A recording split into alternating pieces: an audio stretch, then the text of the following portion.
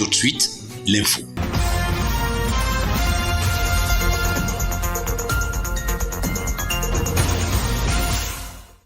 La cour d'honneur du 21e régiment du génie militaire à Douala a servi de cadre le 1er juillet 2021 à la traditionnelle cérémonie de remise des épaulettes et galons au titre du 3e trimestre de l'année budgétaire 2021.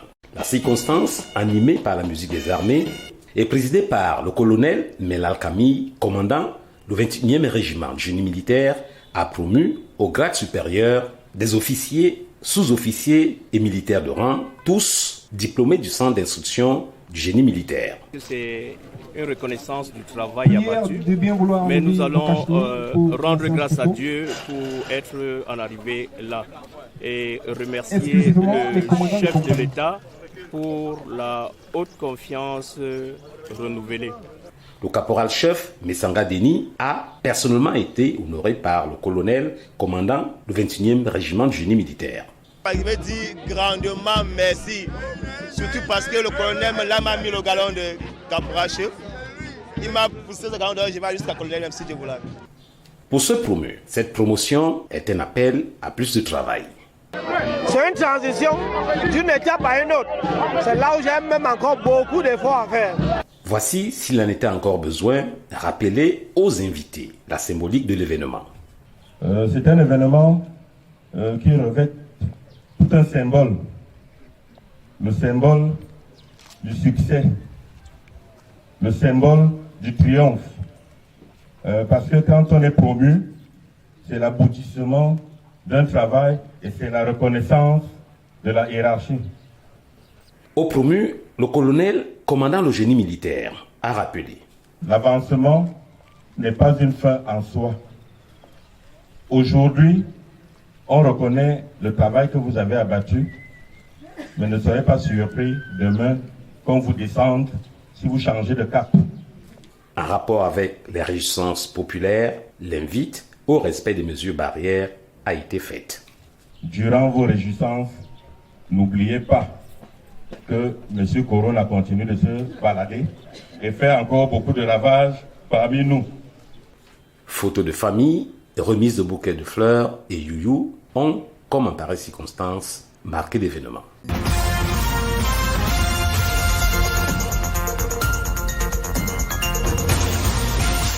Assistance au déguerpis du 26 juin 2021 au quartier Newton Aéroport dans la commune d'arrondissement de Douala 2e. Parmi les hommes politiques qui sont allés réconforter les déguerpis des abords de l'aéroport international de Douala, il y a le coordonnateur régional dans le littoral de l'ANDP, l'Alliance nationale pour le développement et le progrès, Salomon Djamène. Ce digne fils d'un Kololoun à Newbel, un quartier de Douala, par ailleurs directeur général de National Enterprise Service et Transit, restait toujours très proche des populations, soucieux de la sauvegarde et de la préservation des idéaux de son parti, l'ANDP, que préside le ministre chargé des relations à la présidence de la République, Amadou Moustapha, a de tout temps participé à l'amélioration des conditions de vie des populations. En descendant sur le terrain à la rencontre des infortunés de Newbel Aéroport, Salomon Djamène est allé raviver en eux la flamme de l'espoir.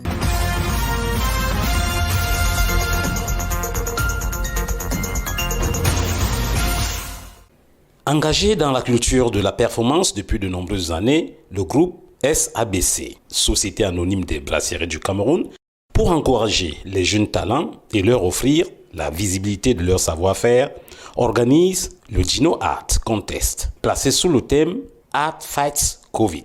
Pour en comprendre les tenants et les aboutissants, la société brassicole a tenu à Douala une conférence de presse le 29 juin 2021. Et là, l'idée est vraiment de prendre des jeunes de 15 ans, talentueux dans leur domaine, professionnels ou pas, mais vraiment confirmer que à ces jeunes-là qui doivent vraiment croire en leurs atouts, en leurs talents. Aux acteurs, jeunes amateurs d'art camerounais, de saisir la perche qui leur est ainsi tendue. pour cette première édition, veut redonner le sourire aux artistes peintres. L'idée, c'est de pouvoir donner une belle visibilité à tous ces amateurs et professionnels de la peinture ou de l'art plastique globalement, pour mettre en visibilité leurs œuvres. Vous savez, la marque Djiné, c'est une marque premium qui est une explosion de saveur. Nous voulons qu'au-delà de la saveur, nous puissions faire une explosion de talent. Donner la possibilité à tous ces jeunes qui ont le talent et la passion de l'art plastique de faire montre de leur talent, mais surtout d'avoir une plus grande visibilité et de gagner 3 millions de francs CFA, qui est le budget qui sera partagé à tous les gagnants, sachant que vraiment c'est une première édition et qu'au-delà de ce montant, ils auront l'accompagnement et la visibilité nécessaire pour être dorénavant ceux qui en compte lorsqu'on parle d'art plastique au Cameroun. Art Fights COVID, un concept fédérateur, un moyen idoine de sensibilisation des populations. On est coach et jury de sélectionner les candidats avec un parterre de personnes qui, comme nous, travaillons dans ce domaine. Et après, il y a le suivi des candidats. On va assurer aussi jusqu'à la fin de la compétition. La profondeur de l'œuvre, la profondeur, que ce soit graphique, que ce soit spirituel, que ce soit sur l'originalité, les tons, parce que plus on joue les tons, mieux c'est. Et la simplicité aussi. Pendant 2 mois, période de vacances, un contenu audiovisuel destiné au grand public et promouvant l'art camerounais, Djino Arts Contest, mettra en compétition de jeunes talents camerounais sélectionnés à travers une activation digitale. Il faudra envoyer son œuvre via un lien cloud. La sélection se fera par un jury de professionnels sous le contrôle d'un huissier de justice, un vote public, des finales régionales. Un chèque de 3 millions de francs CFA sera partagé aux gagnants.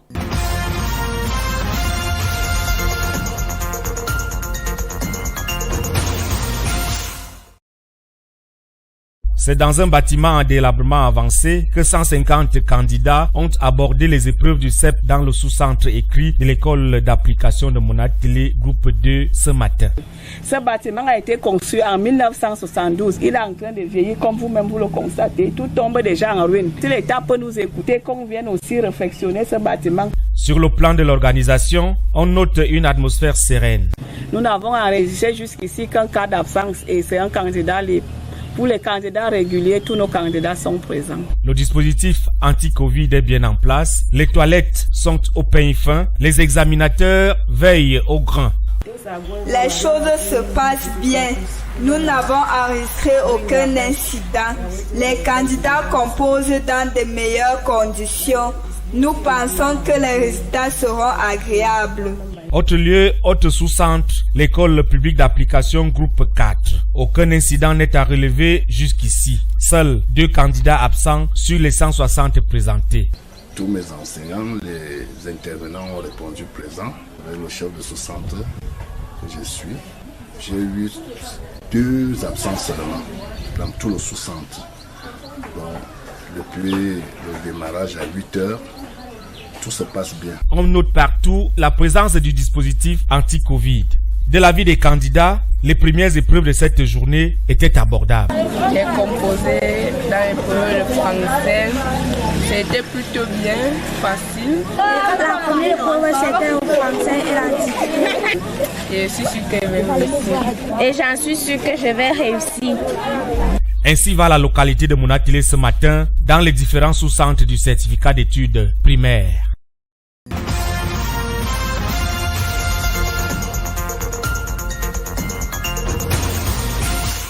Jadis connu comme havre de paix au milieu des mondes en proie à de nombreuses crises multisectorielles, le Cameroun ne l'est plus depuis près de 3 décennies. Des crises ont traversé le pays, d'autres y ont même presque fait leur lit. La crise financière avec ses conséquences, perte d'emploi, baisse de salaire et donc de pouvoir d'achat, des catastrophes naturelles, aériennes, ferroviaires, des inondations et éboulements, des crises alimentaires, sanitaires, sécuritaires, toutes avec leur train de tourment. C'est pour rétablir les équilibres que sont de plus en plus menées par des leaders religieux des réflexions, et ce conformément au programme du dialogue interreligieux de l'UNESCO, composante essentielle du dialogue interculturel, ayant pour but principal le dialogue entre les principales religions dans le monde, où les conflits sont parfois exacerbés par des fanatiques religieux.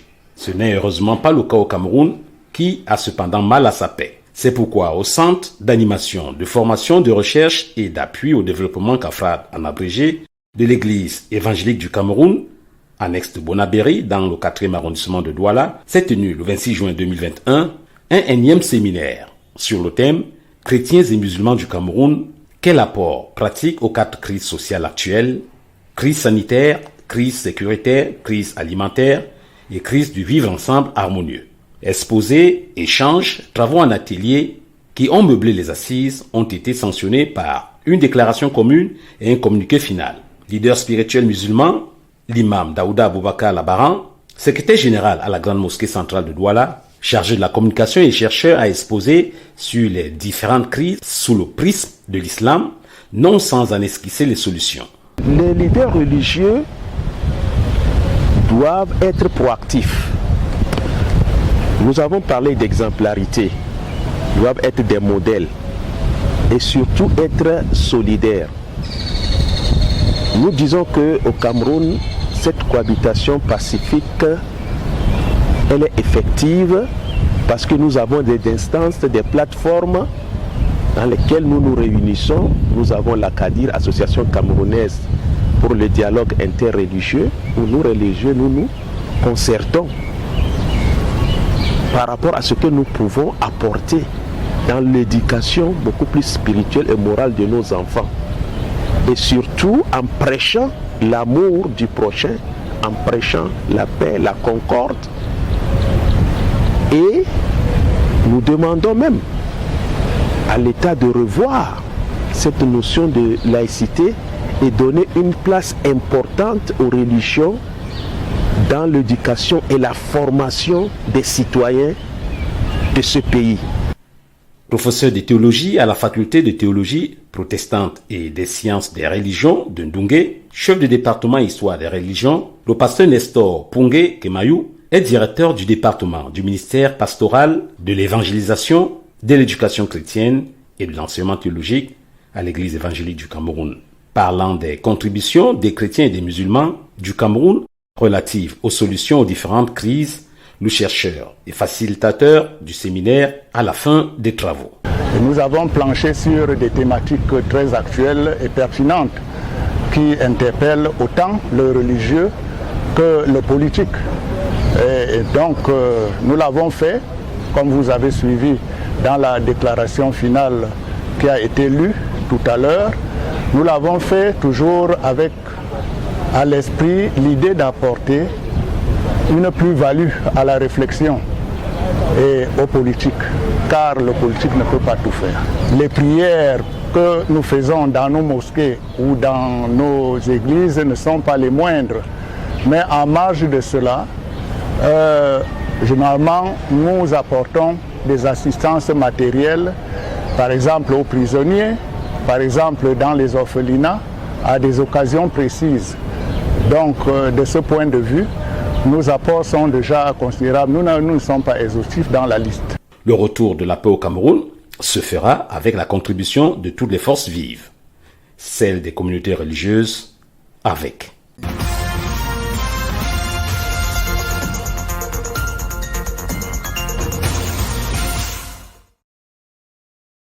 Le tourisme constitue un maillon essentiel dans le vaste chantier de l'émergence à l'horizon 2035. C'est là en tout cas une assurance partagée par les acteurs de la chaîne du tourisme et des loisirs de la Léquié, réunis les 22 et 23 juin dernier dans une agence de tourisme de la ville d'Obala. Il était question de donner les outils nécessaires aux uns et aux autres à prendre en compte le potentiel touristique que regorge le département de la Léquié.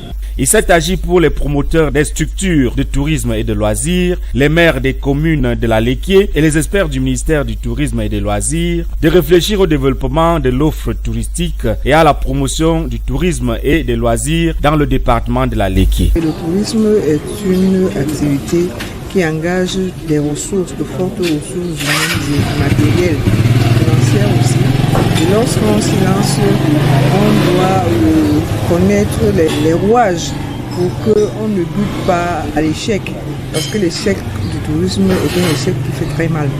Ce projet porté par la délégation départementale du tourisme et des loisirs pour la Léquié est en prélude d'un vaste chantier, celui de parvenir à terme à la bonne maîtrise par les acteurs des bonnes pratiques universelles dans ce secteur afin de les amener pour la plupart d'entre eux à sortir de la clandestinité. L'activité touristique a besoin des acteurs sérieux.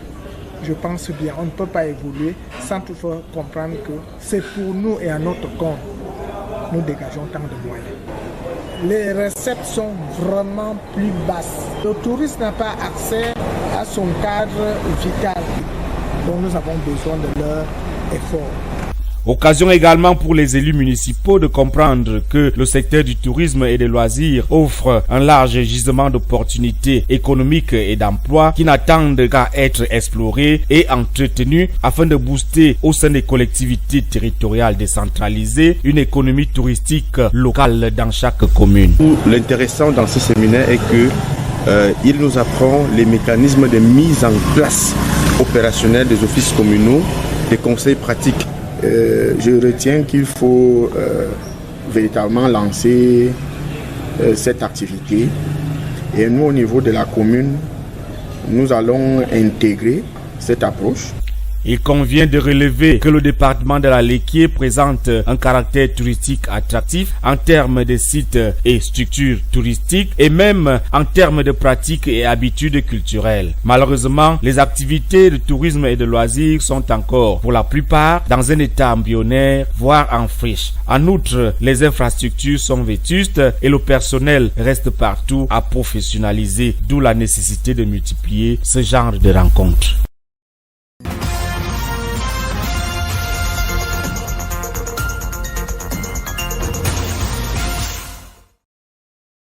C'est à la majorité absolue de 38 voix contre 40 que les comptes administratifs et de gestion de la commune d'Obala ont été adoptés le 25 juin 2021 dernier au cours d'un conseil municipal ordinaire organisé à cet effet dans la salle du centre de documentation et d'information d'Obala. C'était en présence du préfet du département de la Léquié qu'assistaient les délégués départementaux en charge des affaires de la décentralisation. Cette session a permis de constater que les conseillers municipaux de la commune d'Obala, la plupart d'entre eux, sont en train de s'accomplir progressivement, n'est-ce pas, les concepts et les mécanismes de la décentralisation. L'exercice 2020-2021 a donné l'occasion à l'exécutif municipal de réaliser un taux de couverture en recettes et en dépenses de l'ordre de 54%. Résultat relativement passable de la vie de certains conseillers. Et selon le maire de la commune d'Obala, cette situation est due en grande partie à la crise du Covid-19 qui a quelque peu paralysé en 2020 le fonctionnement des activités de la commune d'Obala. Les moyens mis à notre disposition, malgré les difficultés liées au contexte de crise sanitaire et de crise économique, nous allons mettre ces moyens à profit pour que la commune continue de se développer et devienne de plus en plus cette destination pour eux. Ambiance teinte de convivialité et de sérénité tout au long des débats et des conseillers qui ont tenu à exprimer leur volonté s'agissant de l'amélioration des conditions de vie des populations de la commune d'Obala et les conditions de traitement des conseillers eux-mêmes. Il s'agit pour le conseil municipal de véritablement représenter les intérêts des populations qui l'ont choisi. À une session comme ça aussi, nous attendons parce que les ambassadeurs puissent lancer un regard, je pourrais même dire à la rigueur, un regard sur le développement qui leur sont présentés par les institutions municipales. Dans la mouvance de cette organisation, deux autres articulations ont tenu la vedette. D'abord, la décoration de M.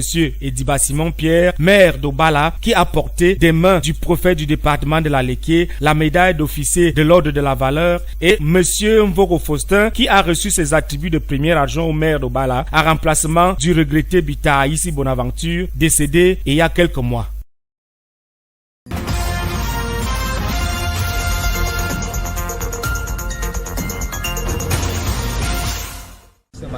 Il semblerait qu'il y ait une ancienne de 2000. Des jeunes gens entassés dans un coin des rues qui crient leur ras-le-bol.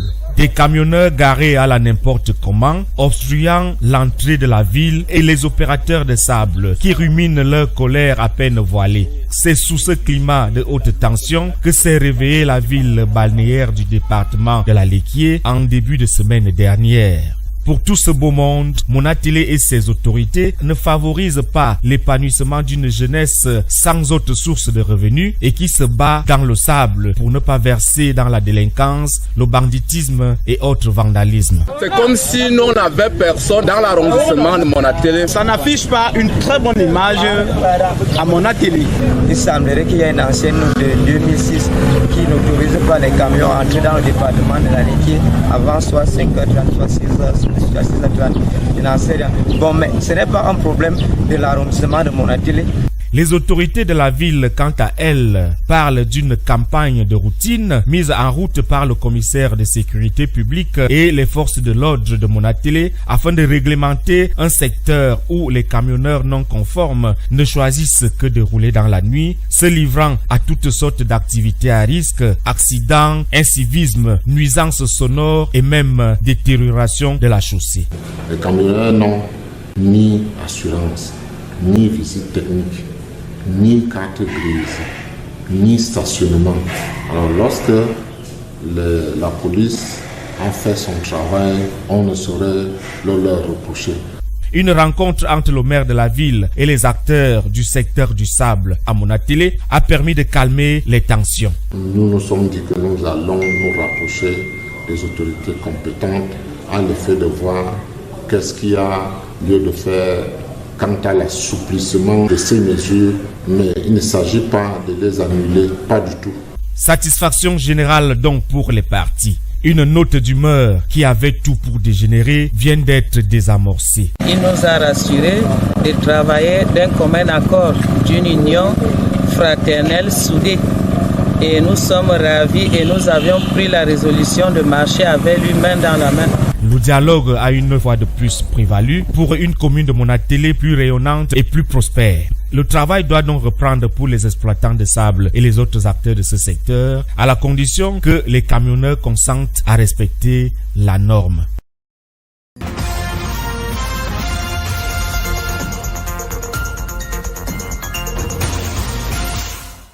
Pour une belle ville de Douala, la mairie de la cité capitale économique du Cameroun a décidé de tordre le cou au désordre urbain. C'est à travers deux grandes opérations. L'une de libération des trottoirs et galeries marchandes, l'autre de professionnalisation et d'assainissement du secteur de mototaxi. Après la phase de sensibilisation, la phase de réalisation a fondé la descente sur le terrain le 22 juin 2021 du préfet du département du Vori, Benjamin Boutou, et du maire de la ville, Dr Roger Mbassadine. Les deux personnalités ont constaté la libération du trottoir et des galeries marchandes au lieu appelé Douche Aqua au marché chinois. La rue n'est pas le marché. Ils doivent aller au marché pour vendre. Si je suis commerçant, ma marchandise passe au marché. Ce n'est pas dans la rue. C'est pour ça que j'ai dit qu'un commerçant ne serait un garçon de la rue. Et vous savez, quand on parle de garçon de la rue, c'est l'insécurité. C'est eux qui nous arrachent le sac. Et tout cela, les pickpockets, ils viennent d'où? Donc je ne voudrais pas assimiler les commerçants aux pickpockets. Après Aqua, c'était au tour de l'aire aménagé provisoirement aux taxis et mototaxis au rond-point des Edo, au lieu dit ancien enflot. Par rapport au site que le gouvernement a prévu pour nous, c'est d'ailleurs une bonne idée. Mais comme ce n'est pas encore fini, parce que vous voyez l'entrée là, nous entrons comme ça, il y a la boue. Quand il pleut, il n'y a pas d'abri. Parce que quand nous entrons comme ça, nous sortons de l'autre côté là. Et il n'y a pas d'abri pour les clients, ni pour nous. Quand il pleut, les clients partent. Donc nous préférons qu'on refait ça bien, qu'il n'y a plus de boue et il y a l'abri. Comme ça, nous devons bien nous aligner et nous devons faire les recettes. Les médias ont ensuite été conviés à une conférence de presse à la mairie de la ville où les journalistes ont davantage été éclairés sur la double opération de libération des trottoirs et galeries marchandes ainsi que celle relative à la professionnalisation et à l'assainissement du secteur de mototaxi. Ce n'est pas simplement une opération de libération de trottoirs comme on l'a vu ce matin, c'est aussi une opération qui doit aller de pair avec l'aménagement même du trottoir le ravalement des façades, l'aménagement des vitrines, des magasins, pour que Douala redevienne une ville attractive et que Douala soit, comme toutes les autres villes du monde, une ville qui a des avenues et des boulevards où les gens peuvent flâner et regarder la nuit des belles choses en vitrine. Nous avons pris possession du site du rond-point d'Aïdo où, tel que vous l'avez vu, nous avons déjà procédé à un aménagement sommaire de ce rond-point pour que les mototaxis et les taxis puissent y embarquer en toute sécurité. Déjà, nous avons mis, vous l'avez également remarqué, l'éclairage public pour que même la nuit, le site soit sécurisé. Nous allons continuer à aménager le site parce qu'il faut que, par temps d'intempéries, les professionnels qui conduisent les motos ou les taxis puissent être couverts. Les contrevenants aux nouvelles dispositions conformes aux décisions du Conseil de la communauté, mieux, de la mairie de la ville, auront en face d'eux toute la rigueur de la réglementation en vigueur. Pour la réussite de cette double opération menée par 3 docteurs afin de sauver la ville de Douala du désordre urbain, le médecin-chef a lancé cet appel. C'est ensemble que nous pourrons vaincre le fléau du désordre urbain. Il faut que chacun prenne sa part. Les populations ont leur partition à jouer. La ville est en train de faire ce qu'elle doit faire avec l'appui des autorités administratives et des forces de maintien de l'ordre. Mais sans les populations, nous ne pourrons pas réussir. À chacun de jouer sa partition.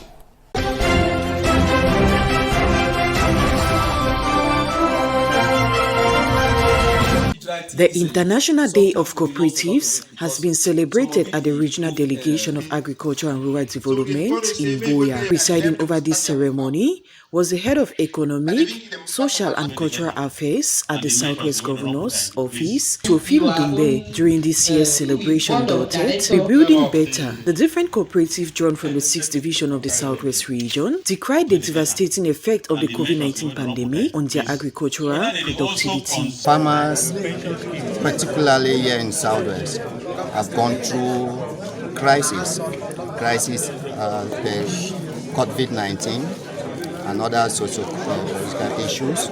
It has scattered them as all like financial and all other forms of which were keeping them together. We need a dryer that we can dry vegetables, dry so many things. Like this ginger, to dry this garlic, you can take more than 2 months, you will not get dry. So we need dryer, we need processing unit, we need processing machines, we need parceling machines. Addressing the cooperatives, the Regional Delegate of Agriculture and Rural Development, Jackson Tapi, said this year's theme is rich in a context. This year the theme is Rebuild Better Together. All of us know that because of COVID-19, cooperatives, their activities went down. So this year the theme is to help these cooperatives to rebuild. Since COVID-19 is almost under control, how can we assist these cooperatives to rebuild their businesses, to rebuild their farms? We discovered that in the past, people had this individualistic tendency of working alone. So we want them to be more, united together so that they can build better. While expressing satisfaction with the massive turnout of these cooperatives, the representative of the Southwest Governor, Matthew Teofil, reassured the cooperatives of the commitment of government through MINADE to continue to assist them to achieve their role in economic development of the Southwest region in particular and Cameroon in general. The event also featured exhibitions and the donation of farm implements to cooperatives.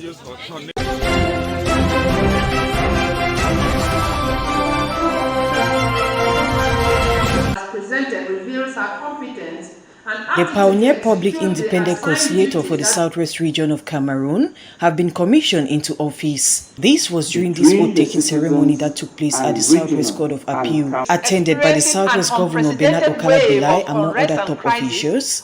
Madame Teleleng Dorothy Atambong, a post-Motaze, took an oath of service. Do solemnly swear that I will loyally and faithfully execute with probity, impartiality and independence the duties of public independence conciliator entrusted to me. Being the first to occupy this office that was created after the major national dialogue, the function of the Pioneer Public Independent Conciliator for the Southwest Region, as elaborated by the first Deputy President, Justice Helen, will be to promote the content of the special status given to the Southwest and Northwest Region. Hence, this Pioneer Public Independent Conciliator is expected to amicably settle disputes between abuse service users and decentralized public bodies in the Southwest region, such as councils, while ensuring the reduction in the complaint against corruption, favoritism, and discrimination, a call to which this 61-year-old educationist say she comes well prepared. It's true that the times are really not the best, but I know I'm going to bring in that touch which a mother usually brings into the whole situation, because we know how to pamper and we know how to bring our children, our brothers, our husbands to reason. So the region should expect an open door policy. It is expected that through the office of the Public Independent Conciliator for the Southwest Region, calm, serenity and social justice will be attained within the Southwest Region and the content of the special status enhanced.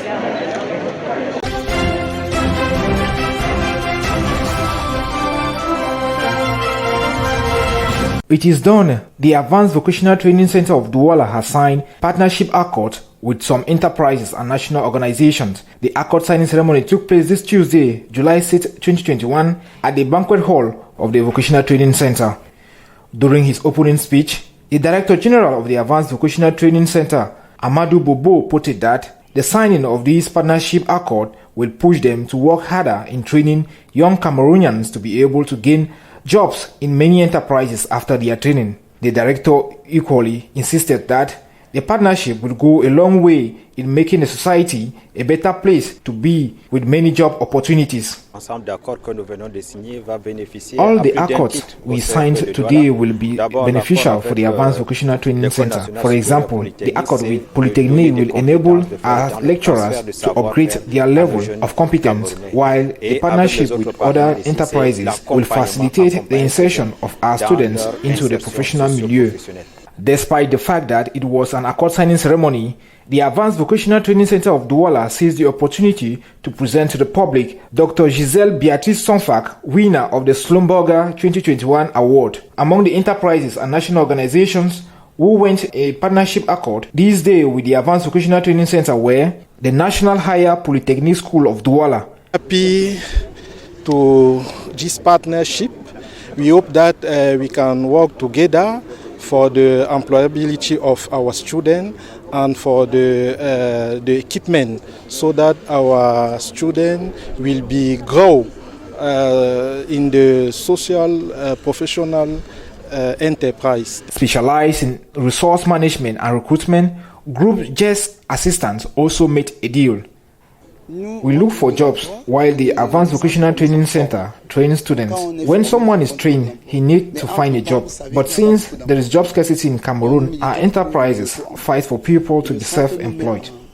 In the same vein, New Technologies Advanced Services.NTAS was also of the rendezvous. In signing this partnership, we wish to put our effort for the betterment of education in Cameroon, which is the leitmotif of New Technologies Advanced Services. In a bid to give the signatory enterprises and national organizations a foretaste benefit of the accord, the Director General of the Advanced Vocational Training Center of Douala made them visit the various departments of the school.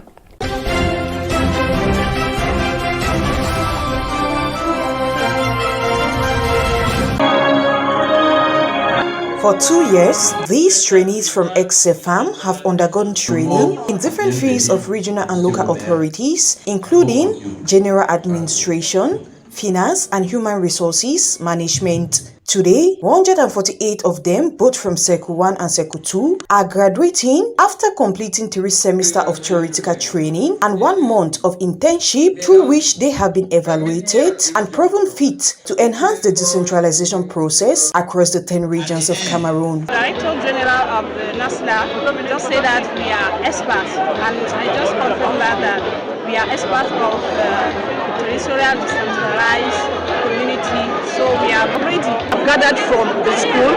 I'll go further to bring more changes in my council. Because in revenue collection, the general administration, in writing administrative letters. Representing the minister, the Secretary General at the Ministry of Decentralization and Local Development, Fred Omakole, urged these graduates to be assiduous, professional, and show a sense of service in executing their decentralization duties across the national territory. They are awaited in the local and regional councils.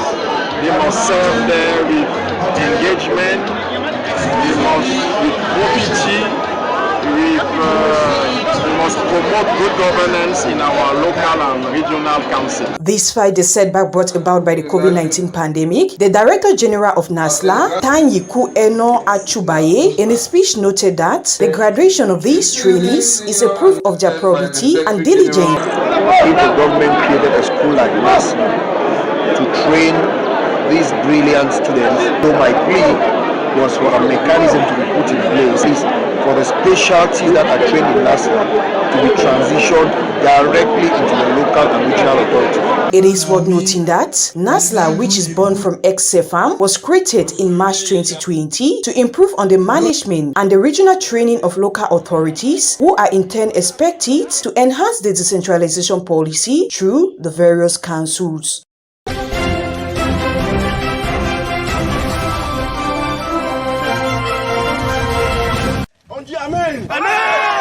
Tout était dit et annoncé comme tenue de palabre en vue de la désignation du nouveau chef du village et que comme groupement Vognamier, arrondissement de Monatili. Tout était organisé pour faire place à un thriller à la sud-africaine lors des luttes de libération pendant l'apartheid. D'abord les décors. 2 camps sont bien visibles sur la place des cérémonies. L'un bien installé sur la cour de la chefferie en débat, l'autre le long de la rue y attenant branches d'arbres au poing et scandant des slogans de libération. Les raisons, les voici. Candidat à la tête de la chefferie traditionnelle de Kokom, venant par la présente, sollicitez votre intervention énergique pour la disqualification du chef du groupement Vognamier 1, Sa Majesté Nyamamsanga. La délocalisation des travaux de la désignation du nouveau chef de notre village dans un site neutre. Les tendances se dessinent. Dans un camp, le candidat Onanama Roland, fils de l'ancien chef, l'acteur. Dans l'autre, 3 candidats, Marie-Robert Elundu Andege, Maurice Bodo, Théophile Mbama, les anti-héros. Ce village a été maintenu dans la terreur. Madame le sous-préfet, cette terreur-là se perpétue. Ces derniers multiplient les dénonciations. Ils accusent le candidat Onana de pratiques occultes, d'envoûtement et de défauts de filiation. Ils recusent tout autant le collège électoral et disent toutes leurs inquiétudes quant à la présence de madame le sous-préfet en ces lieux tant ensorcelés. Nous vivons sur place, nous suivons tout à la lettre. Il s'est passé que quelques jours avant la date de la désignation ou nomination du chef du village de Kokom, des pratiques solennelles se sont passées ici. Par des personnes inconnues, habillées d'une manière extraordinaire, qui prononçaient des paroles machiavéliques, des paroles surprenantes. À l'exemple de voici Mbama, un des candidats tout enterrant aujourd'hui, et ceux qui étaient avec eux disaient hey! Et quand on dit hey, chez nous, ça fait peur. De l'autre côté, le candidat Onanamak Roland crie au complot. L'équipe d'en face aura multiplié des soirées incantatoires dans le but inavoué de le déstabiliser. Eux qui n'ont rien à voir avec la lignée régnante. Ceux qui sont en train de tisser, eux-mêmes ont passé toute la nuit. Je ne regarde pas. Mon père me disait qu'il ne faut pas regarder derrière les troncs d'arbres. Sinon, vous allez voir autre chose. C'est de ça qu'il s'agit. Moi, je suis libre de me laver même, je ne sais pas, aller me laver à la rivière. Ça, c'est ma vie privée. Par contre, tout ce qu'ils sont en train de raconter, c'est ce qu'eux, ils ont fait. Moi, je ne suis pas dans ces bêtises-là. Plusieurs moments de tractation, de négociations, de rebondissements. Et le sous-préfet de Monatélé, Madame Chuente Madeleine, réussira à accorder les parties sur l'essentiel. La désignation du nouveau chef du village Ekekom. Donc, on a 4 candidats pour ces consultations. On est d'accord? Cela passe absolument par la révision séance tenante du collège électoral. Chaque famille est appelée à désigner un représentant. Dans l'intervalle, on assiste au désistement de 2 candidats à la faveur de Marie-Robert et Lundu Andege. Et il faut passer aux élections. Un vote secret et discret qui voit le candidat de la coalition l'emporter par 8 voix contre 4. Une onde de joie embrase le village. Et que comme connaît ce jour du vendredi 2 juillet 2021, son nouveau chef en attendant. En pareille circonstance, c'est la joie. En pareille circonstance, c'est aussi la fierté. Cette fierté-là, d'être aujourd'hui le 3e souverain du peuple. Et d'avoir bénéficié de la confiance du collège des notables, de notre chef-lieu, de ce village. Et surtout d'avoir vu prospérer l'ancien ancestral. Une autre désignation de chef traditionnel au chaudron, à Ekekom, qui aurait pu tourner au drame, n'eût été la dextérité du sous-préfet de Monatélé. Le problème a une mauvaise lecture ou connaissance des textes régulant la chefferie traditionnelle au Cameroun. Vivement donc que quelque chose soit fait dans ce sens.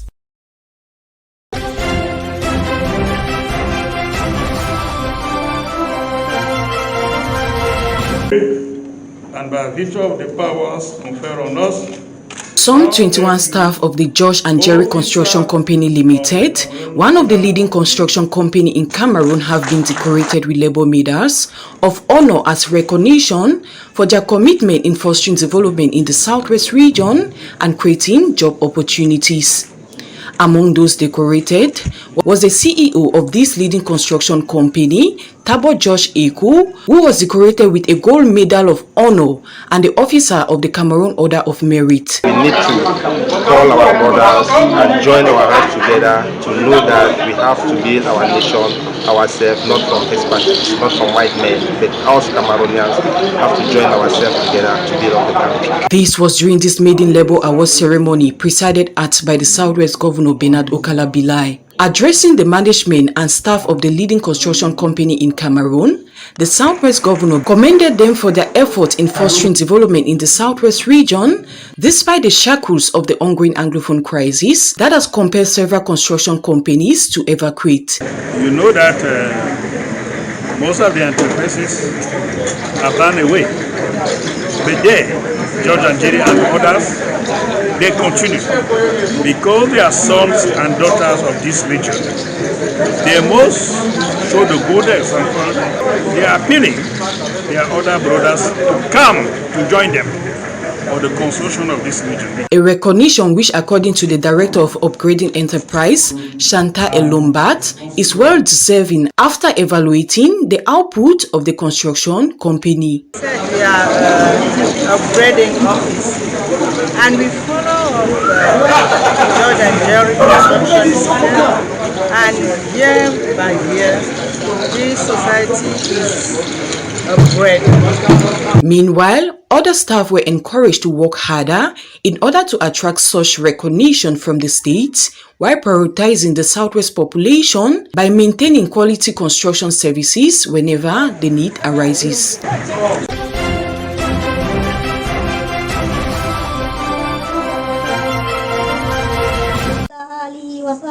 This is a pupil of Anglo-Arabic Nigerian Primary School Buea addressing his peers and parents in Arabic language.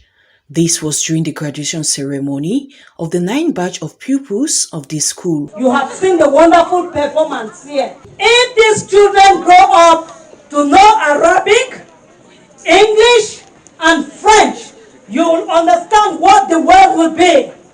I mean the world, not Cameroon. Allahu Akbar. Present during this graduation was the Divisional Delegate for Basic Education, the Education Secretary of the school, the Imam of the Buea Central Mosque, and a host of other education officials, who all took turn to address parents and pupils on the importance of Arabic education in a changing world. Arabic language is a language which is widely used. The United Nations is using the Arabic language. The government of Cameroon, in our training schools today, we have the program for training Arabic teachers. And so what are we doing at the tertiary level? We have to prepare the children so that they have access to the secondary, prepare them, and they go down to university. Then there are products which can be consumed in any part of the world. And to see it for yourself, that it is not only English, we have French, we have Arabic. And it's not only that, another peculiar issue that you need to take home back is that our teachers are all Christians. Also, following the outbreak of the ongoing Anglophone crisis, the Islamic Anglo-Arabic Nursery and Primary School, just like every other institution of learning, is facing some challenges, as the head teacher of the school noted. Please look at your children's testimonials, please. The IGPs, we notice that most of the IGPs learners are slow. So to adapt was a problem, but gradually they are still making it. This graduation ceremony was also characterized with the recitation of memory verse, proverbs, dancing and singing.